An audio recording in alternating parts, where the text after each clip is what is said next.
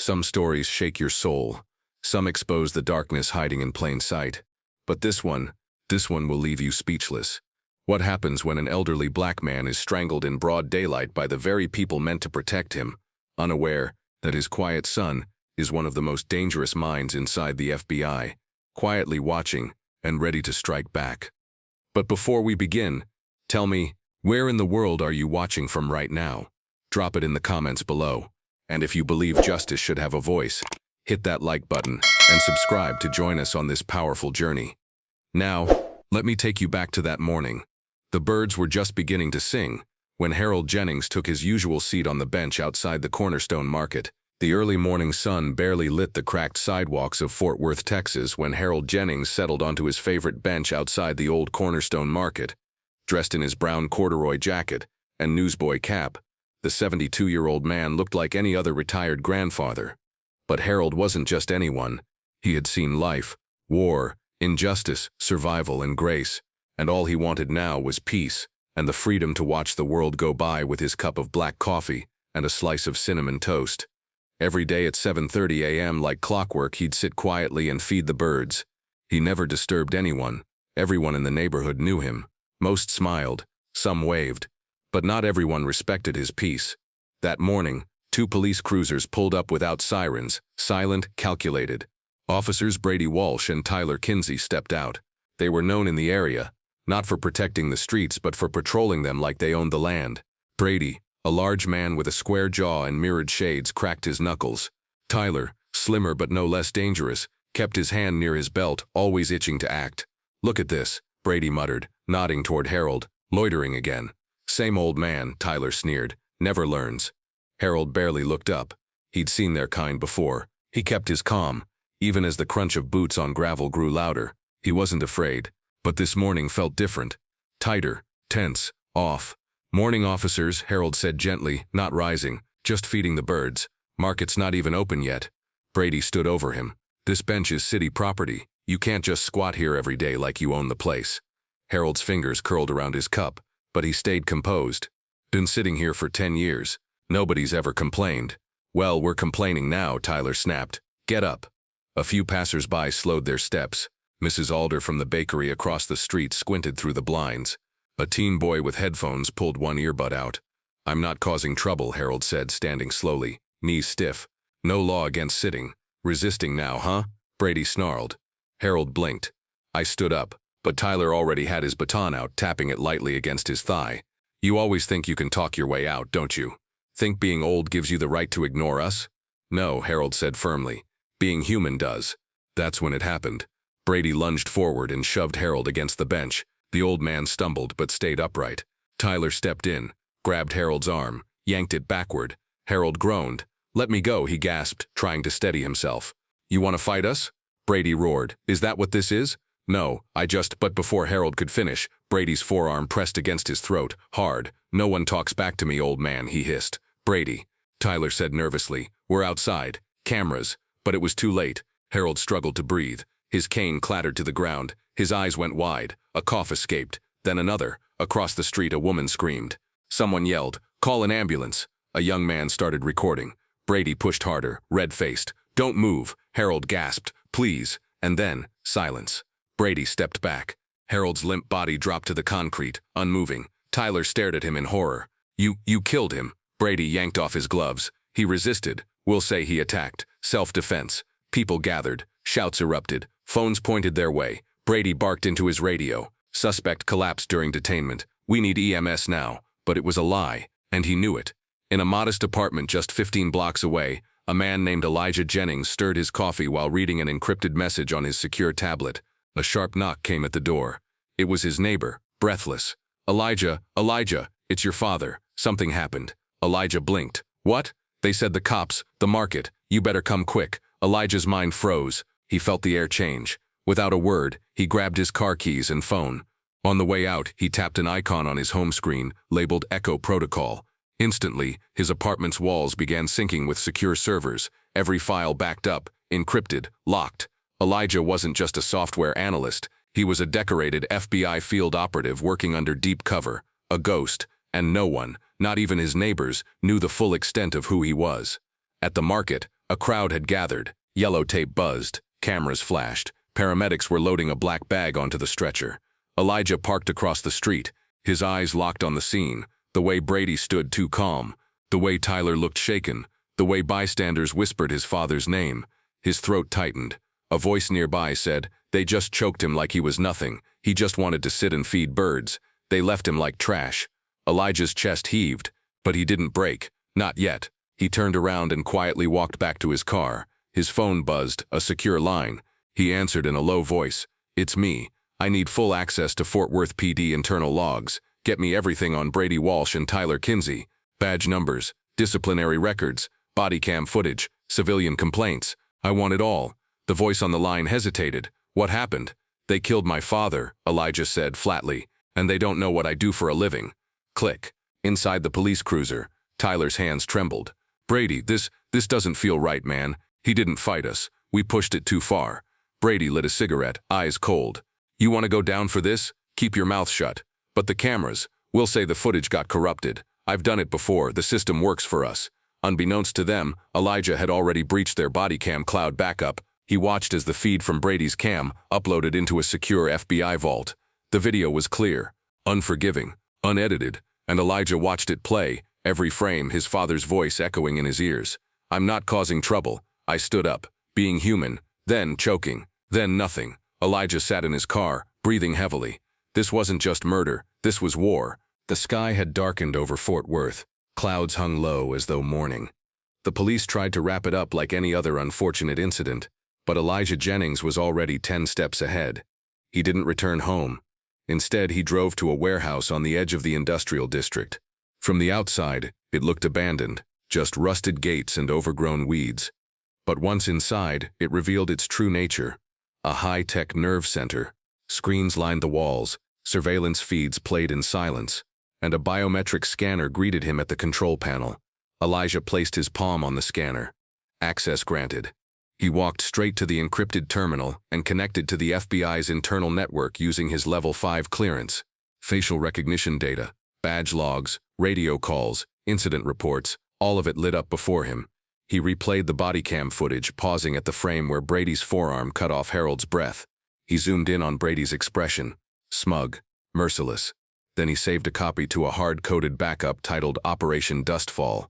He wasn't going to release anything publicly, not yet.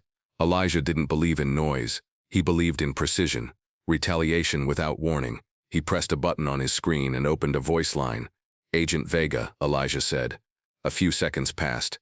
"Elijah, I haven't heard from you in 3 months. You ghosted the entire task force. I need a favor. Off the books, Fort Worth PD. I want everything you can pull on officers Brady Walsh and Tyler Kinsey. Start with internal affairs complaints. Go back at least 5 years. Elijah, what's going on? They killed my father." Silence. Then, "I'm on it." He closed the line, his jaw clenched. He didn't cry. He didn't scream. He just opened another terminal and began setting digital traps. Brady and Tyler had no idea they'd just picked the wrong son. Across town, inside the police precinct, Brady was writing his version of the incident. It was a lie, fabricated down to the last detail. Subject became verbally hostile, attempted to swing. Officer Kinsey and I engaged restraint procedure per Department Code 348. Suspect collapsed during takedown. He typed confidently, like a man who'd done this before. He knew how to twist words, bend truth, manipulate the system. Tyler sat at the other end of the room, staring blankly at his keyboard. His hands shook. He hadn't written a word. Brady noticed. "Get your story straight, Kinsey." Tyler looked up. He didn't swing. He didn't even raise his voice. Brady stood up, slow and threatening. "You want to go down with him? Because you will. This wasn't how it was supposed to happen." Brady jabbed a finger in his chest. "You say one word that doesn't match mine, and we're both finished, so grow a spine." Tyler swallowed hard and lowered his eyes. The next morning, Elijah met with a contact, Detective Carla Monroe.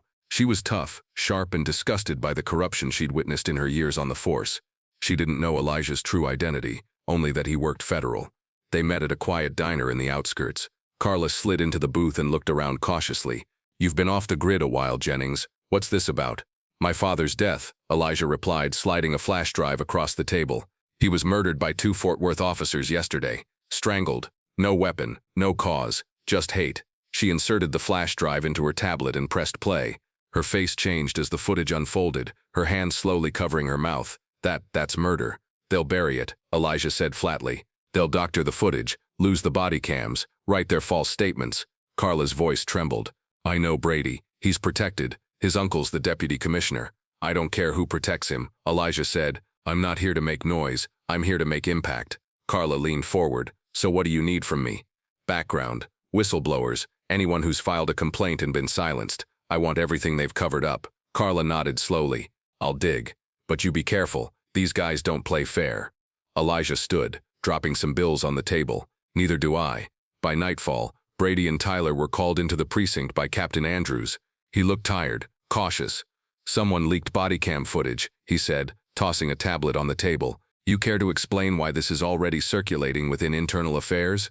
Brady went cold. That footage shouldn't exist. Tyler's heart dropped. Andrews glared. The system wasn't purged fast enough. Someone backed it up before you scrubbed it. IA is sniffing now. Brady recovered quickly. This was an ambush. The suspect faked calm to provoke us. This will pass once we frame it right. Andrews wasn't convinced. For your sake, you better hope so. As they left the office, Brady shoved Tyler. Did you talk? No. Tyler snapped. I didn't say anything. I swear. Brady stared at him for a long second, eyes full of warning. Then he walked off. But Tyler knew things were spiraling fast. Back in the warehouse, Elijah received a ping on his monitor. Carla had sent the first batch of files, dozens of complaints against Brady and Tyler. Excessive force, intimidation, unjustified searches, all buried or dismissed. Some victims had gone silent, others had disappeared from records. Elijah dug deeper. He created victim profiles, mapped patterns, cross-referenced timestamps with police radio logs. Slowly, a picture emerged. This wasn't just about his father. This was a systemic rot, a pattern of predatory policing. And every thread led back to Brady. His phone buzzed again. Agent Vega's voice returned. You were right. Brady's got a sealed complaint from a woman who was hospitalized after a routine stop. It was classified internal only. You want the name? Yes. Elisa Garner. She went off-grid after the incident. No known address. You want me to find her? I'll find her myself. He ended the call, loaded his weapon, and locked it in a side holster beneath his coat. He wasn't waiting for justice anymore. It was time to make the next move, and the clock had just started ticking. The sun rose hot and mean over Fort Worth. Birds circled lazily over telephone wires, the city waking up unaware that beneath its quiet surface, something dangerous was gathering steam. Elijah Jennings zipped his black duffel bag shut. Inside, 2 burner phones, a stack of encrypted USB drives, a Glock 19, and a tablet filled with data files, proof that Brady and Tyler were not rogue anomalies, but trained predators operating under the blind eye of their superiors. He wasn't going to wait for an internal investigation to crawl at a snail's pace. No, he was going to dig where it hurt, and he was going to start with the victims the system tried to erase. Elisa Garner, the woman beaten so badly by Brady she spent 3 weeks in the hospital, only for the case to vanish into silence. No arrest, no press, no lawsuit, just silence. Elijah pulled out a printed photo from the file Carla had sent. A young black woman with sharp eyes and a healed scar over her eyebrow. She was last known to work at a roadside bar in Cleburne, an hour south. Elijah slipped into a tan hoodie, adjusted his ball cap, and drove. Meanwhile, at the Fort Worth precinct, Brady wasn't sitting still. Find out who accessed that footage, he barked at IT specialist Roy. Roy adjusted his glasses nervously. The IP was masked, federal-level encryption. Someone inside the bureau, maybe even higher. Brady growled, tossing his coffee against the wall. Whoever it is, they're gonna wish they'd never been born. Tyler sat in the corner of the room, silent, pale. Brady turned to him suddenly. You sure it wasn't you? Tyler looked up, startled. What? No, I told you I didn't say a word. Brady glared at him, eyes narrowing. Then start pulling your weight. We've got a mess to clean up. Tyler nodded hesitantly, but his hands trembled. In Cleburne, the bar was a cracked old building with a rusted sign that read Ruby's Tap. A jukebox played slow country music and a waitress with tired eyes cleaned tables while chewing gum. Elijah walked in, scanned the room, then approached the counter. Looking for someone, he said softly. The bartender, a thick man with a ponytail, frowned. You a cop? No. Then keep it moving. Elijah dropped a $100 bill on the counter. I'm looking for Elisa Garner. I'm not here to hurt her. The man stared at the bill, then at Elijah. She don't talk to strangers. She'll talk to me. I know what Brady did to her. That froze the air. The bartender nodded slowly. Back room, first door on the right. Elijah knocked gently. A soft voice answered, "Who is it?" "Elijah Jennings, son of Harold Jennings." Silence. Then the door creaked open. Elisa's face appeared in the gap, older than the photo, her eyes sunken, but sharp, alert, ready to flee or fight. "I know what they did to you," Elijah said. "I'm not here to dig into your wounds. I need your help to take them down." Her eyes studied him carefully. "And why would I do that?" "Because they just killed my father the same way they tried to kill you." She opened the door wider and stepped aside. Inside was a small room, dusty but neat. A twin mattress, a table filled with notepads, medical bills, a worn-out Bible. She closed the door and sat down. "I filed that complaint," she said. "Internal Affairs came.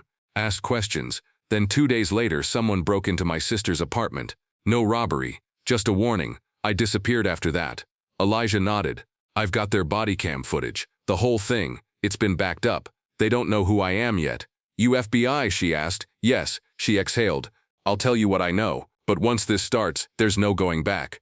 "I've already crossed that line," he said. Elijah reached under her mattress and pulled out a box filled with documents. "Brady and Tyler aren't the only ones. I've heard stories. People beaten. People disappeared. There's a list. People who tried to talk and then vanished. Some transferred. Some just stopped answering their phones." Elijah flipped through the names, cross-referenced with the ones Carla had given. Several matched. Some were still alive. Others were just gone. "This is bigger than I thought." Elijah narrowed her eyes. "You gonna bring them down?" He looked up at her. "I'm going to bury them." That night, Brady received an anonymous message on his personal phone. No caller ID. No trace. Just one video. Harold Jennings, choked to death, in full HD. And then the voice. "I saw everything. I have it all. And I'm coming." Brady's jaw tightened. He crushed the phone in his hand and screamed, "I want that ghost found." He turned to Tyler. "Pull every Jennings in the state. Start running facial recognition. If he's coming for us, we end him first." Tyler hesitated. "Brady, maybe we should confess. Go to Internal Affairs. Work a deal. If he's bureau." Brady slammed his fist into the wall, eyes blazing. "No deals. We handle this like men. You hear me?" Tyler nodded, but fear flickered in his eyes. Elijah drove back into Fort Worth under the cover of night. As he approached his safehouse warehouse, his internal system pinged. "Alert. Breach attempt detected." He parked 2 blocks away, approached on foot, and spotted them. 2 shadows near the side entrance. One placed a device against the lock. The other watched the street. He drew his Glock. Quiet. Swift. A bird squawked. The lookout turned, too late. Pop. Pop. 2 shots. Silenced. Both targets dropped instantly. Elijah dragged the bodies into the alley. Their phones had Brady's number on speed dial. Paid hitters. Probably not the last. He returned to the warehouse, changed protocols, wiped the external systems, and reactivated under a new name, Operation Phoenix Ash. They wanted war. He'd give them one, but he would control the battlefield. Tomorrow, he would visit the sister of another victim, one whose name had been scratched off the report with red ink. Her brother died in custody. No body, no record. Brady thought he could erase the dead. Elijah was about to resurrect every last one of them. The following morning, Fort Worth Police Department was in silent chaos. Internal Affairs had arrived unannounced. 3 suited agents with stone faces and notepads combed through every floor, asking sharp questions, demanding copies of every statement from Brady and Tyler. The 2 officers sat like bricks in a back room, staring down the barrel of suspicion. Tyler couldn't sleep the night before. His hands still trembled from the gunshots he heard on the radio. 2 men down, reported anonymously near the East Rail Yard. Word on the street said they were found with phones still calling Brady's number. Brady said nothing, but the veins on his forehead bulged. He knew he was being watched, and he knew someone was closing in. But what he didn't know was where Elijah Jennings would strike next. Elijah sat across from a grieving mother named Lorraine Wright. She lived in a tiny bungalow south of Riverside, surrounded by dying plants and broken glass. The neighborhood had long forgotten what justice looked like. Lorraine's eyes had forgotten sleep. Her son Desmond Wright had been arrested 2 years ago by Brady and Kinsey for loitering. He never came home. No charges, no body, just a call from the precinct saying he escaped custody and was likely on the run. But Lorraine knew better. A mother always knows. He never missed dinner, she said, holding Desmond's old high school photo. He wasn't perfect, but he wasn't a criminal. He had dreams. He wanted to be a firefighter. Elijah recorded every word, logged every detail. He opened his laptop and showed her a timeline. "Look here, The night Desmond was arrested, Brady's body cam was mysteriously offline. But look at the timestamp from a street pole camera. It shows Desmond being loaded into the back of Brady's unit. Her hand trembled over her chest. Elijah continued, "That's the last footage anyone ever saw. But I found something else. A gas station 4 blocks away caught the patrol car parked in the alley for 20 minutes before it returned to the precinct." Lorraine's tears broke the dam. She leaned forward, clutching his arm. "They murdered my baby, didn't they?" Elijah nodded slowly. Later that night, Elijah sat in the warehouse, surrounded by walls covered in photos, case files, strings of red yarn, and timestamps. A digital map of Fort Worth glowed on the center screen. On it were markers, each one tied to a complaint, a disappearance, or a known beating. And in the center, like a dark heart, was Brady's patrol radius. He connected the last few dots, stepped back, and stared. A perfect pattern emerged. Brady and Tyler were not just bad cops. They had operated with a plan, a deliberate system, targeting low-income black men, picking them off in dark alleys or during off-hours patrols. Elijah now had 10 names, 5 dead, 4 missing, and 1 in a coma. And now, he was ready to go public. But first, he needed to send a louder message. That same night, Tyler Kinsey drove home alone. He turned into his driveway and paused. Something felt off. His porch light was flickering. His dog wasn't barking. The air was too quiet. He stepped out of the car cautiously, hand resting on his weapon. Then movement. A blur passed by his peripheral vision. He spun around. Who's there? Nothing. He reached for his gun, but before he could pull it, a hand gripped his wrist from behind and twisted. He cried out. Another hand slammed his head against his front door. He fell to his knees, dazed, staring into the darkness. A voice spoke from the shadows. "Justice isn't blind. It just has a long memory." Tyler screamed, but a cloth covered his mouth. Then darkness. He woke up inside the warehouse, arms tied, mouth gagged, eyes wide with terror. Elijah stood in front of him, calm, calculating. A single desk lamp shone on a stack of folders next to him. "Hello, Officer Kinsey," Elijah said. "You're not under arrest, yet. You're under revelation." He began laying photos one by one on the table. Victims, blood, reports, disappearances, all pointing to Brady, all with Tyler's name as a witness, or worse, a silent accomplice. "I know you didn't pull the trigger every time, but you never stopped him. You never said a word." Tyler shook his head violently. Tears flowed down his cheeks. Elijah leaned closer. "This is your one chance. Testify. Turn on him. Or the next time someone finds you, it'll be in a closed casket." Tyler sobbed through the gag. "I'll give you 12 hours to think it over," Elijah said, pulling off the gag. "You can leave now, but make your choice wisely." Tyler stumbled out of the building, broken, and for the first time terrified not of Brady, but of the man he never saw coming. Meanwhile, Brady was driving through the back roads of Tarrant County, heart pounding. He felt watched. Every car seemed too close. Every streetlight flickered too long. Then his phone vibrated. No caller ID, just a video. It was Tyler, tied, gagged, crying, and Elijah's voice. "This is what you built. This is your legacy. I'm not here to negotiate. I'm here to dismantle everything you ever touched." Tick-tock, Brady. Brady slammed the brakes. He looked into the rearview mirror. Nothing. But he could feel it now. The quiet sun was here, somewhere, watching. Back at the warehouse, Elijah uploaded his files to a secure FBI database under a red flag protocol. Evidence of systemic abuse, internal corruption unit. He marked it as time-sensitive, eyes only. He wrote in the notes, "Subject, Harold Jennings, unarmed, elderly, strangled in public daylight, body cam footage available, 10+ cases connected to same officers, local cover-up likely." But he didn't hit send. Not yet. The 5th move was coming, the final blow, and Elijah wanted it delivered face-to-face. He walked over to the far wall and stared at a photograph of his father. "I'm almost there, Dad." Then he picked up a piece of paper and started drawing the final map, one that would lead directly into the lion's den, the precinct itself. Fort Worth Police Department was unusually quiet for a Friday morning. Officers moved through hallways with unease, whispers filling the air.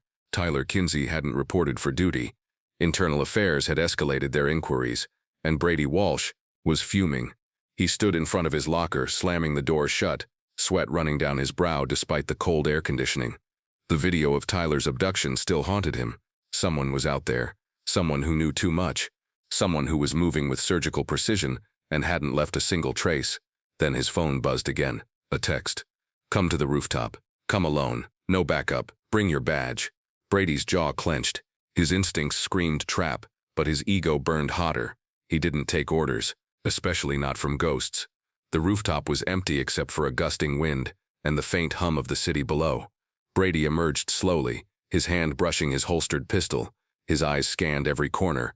Then footsteps. Elijah stepped out from behind the mechanical unit, dressed in black, face calm, movements precise. You. Brady's lips twisted into a cruel grin. You the one stirring all this. Elijah didn't flinch. You killed my father. Brady chuckled. Which one was yours again? Hard to keep track. They all look the same when they beg. Elijah didn't move, didn't blink. You strangled an old man on a bench, for sitting. Then you buried the footage.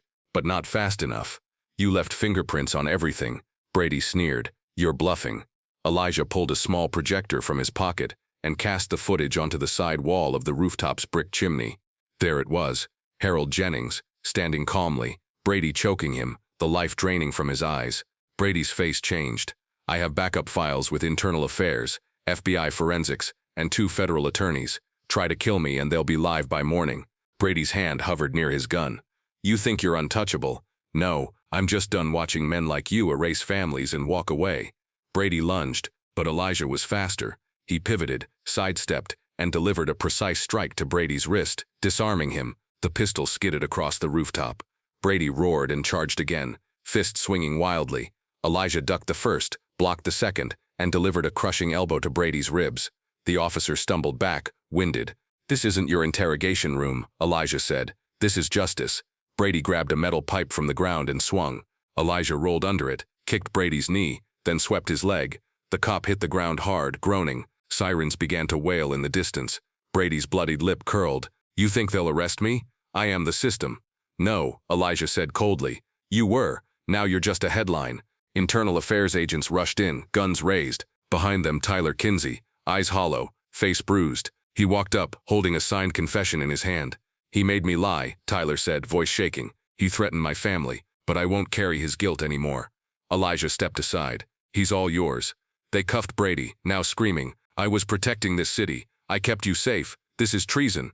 But no one listened. As the officers led him away, Elijah walked to the edge of the rooftop and stared at the rising sun. A new day. 1 week later, the funeral was quiet. A gathering of neighbors, family, and former war buddies who remembered Harold Jennings for what he truly was. Kind, honorable, patient, and strong.